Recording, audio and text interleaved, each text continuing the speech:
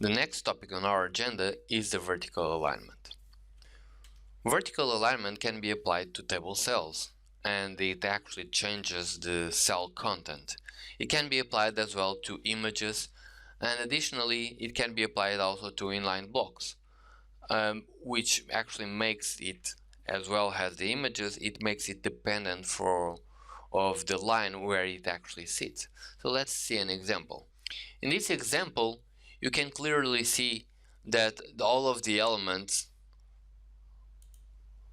and we can just scroll there, and we can see that the elements are vertically aligned. Here, vertical align base, vertical align bottom. However, these elements, they do not appear as being aligned. However, the other one, the text itself, appears to be aligned to the one that we are specifying here. And as we have already seen, this is caused by one reason, which is the vertical alignment depends on the size of the line where it fits in. So imagine that we start changing the line height and we start increasing. Notice that the blocks, the yellow blocks, start to appear aligned, vertically aligned. Sometimes laying out the boxes using the document flow isn't enough. Sometimes we just want our boxes to fly. We can actually do this by using the position element on CSS. We can relatively escape the document gravity by using position relative. This means that the base coordinates for the relative positioning have their origin where the element should start. So in this case, in the second block, the element starts on that point. That's the origin of the position relative. However, the element is actually kept on the flow, so the element is still occupying space. So imagine that we give those properties, top minus 100 and left 100. It actually means that the block will move. However, the space that it occupies remains there. For this to be removed, we have to give a negative margin with the same height as the element. Margin bottom negative in this case.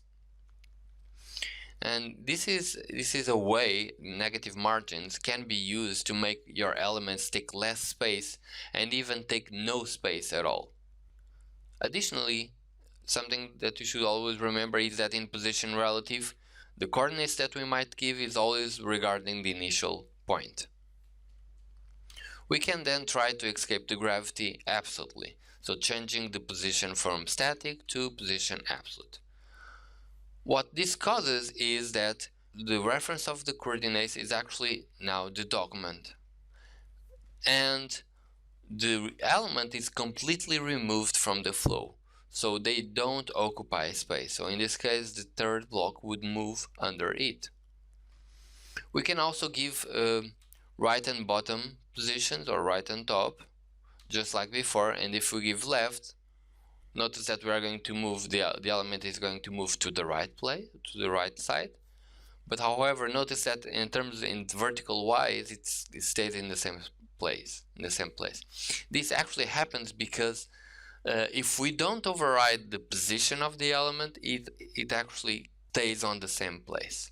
So in this case, we are overriding the left, so it's actually changing position, and if we override the top, it's also going to change position. But notice always that the starting point is now the document. However, if we change the properties to right and bottom, what is going to happen? The element is going to move underneath. And remember that another thing that happens is the position absolute is actually relatively absolute, meaning that if we put another element inside this one that has the position absolute, it will actually assume has the origin of it as being the last non-static position element. So in this case, the parent is actually non-static, so the coordinate is from the parent. So, and if we actually give a top 0, so currently we are doing bottom 0, left 0, and if we do a top 0, it actually makes this happen. So this means that we can actually use elements or positioning to give dimensions. So wrapping up, relative actually takes space and absolute doesn't.